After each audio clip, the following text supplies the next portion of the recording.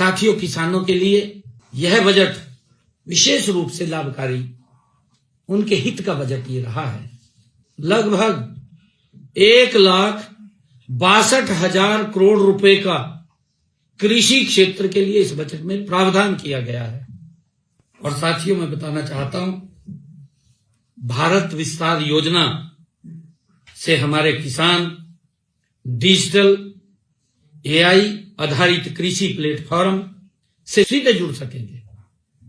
और साथियों, उन्हें मौसम की जानकारी हो, मिट्टी के परीक्षण की बात हो कि खेत में क्या डालना क्या नहीं डालना है, बाजार की सटीक जानकारी उन तक पहुंचेगी और इसमें बेहतर निर्णय वो कर सकेंगे।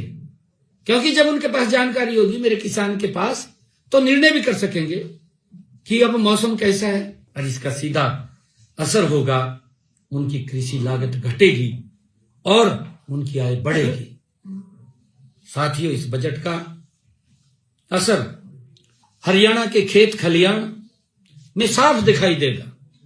इस बजट का असर हरियाणा में सिंचाई कवरेज पहले 80% से अधिक है, लेकिन बजट में जलाशयों, अमृत सरोवरों के विकास से जल संरक्षण और भूजल स्तर सुधारने में मदद मिलेगी। इसका भी प्रावधान इसमें किया गया है। साथियों, एग्रीस्टैक और डिजिटल कृषि से हरियाणा के प्रगतिशील किसान तकनीकी के माध्यम से अधिक उत्पादन और बेहतर दाम प्राप्त कर सकेंगे। मेरा किसान मजबूत होगा। इतना बजट का प्रावधान किया गया है तो धरातल पर उतरेगा।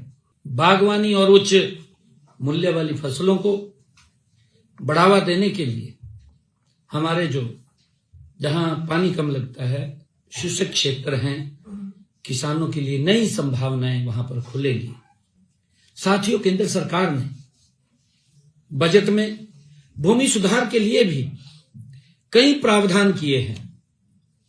साथियों, हाल ही में केंद्र सरकार ने राज्यों में भूमि संबंधी सुधारों को बढ़ावा देने के लिए पूंजी निवेश के लिए राज्यों को विशेष सहायता योजना के तहत 10,000 करोड़ रुपए की प्रोत्साहन राशि निर्धारित की है।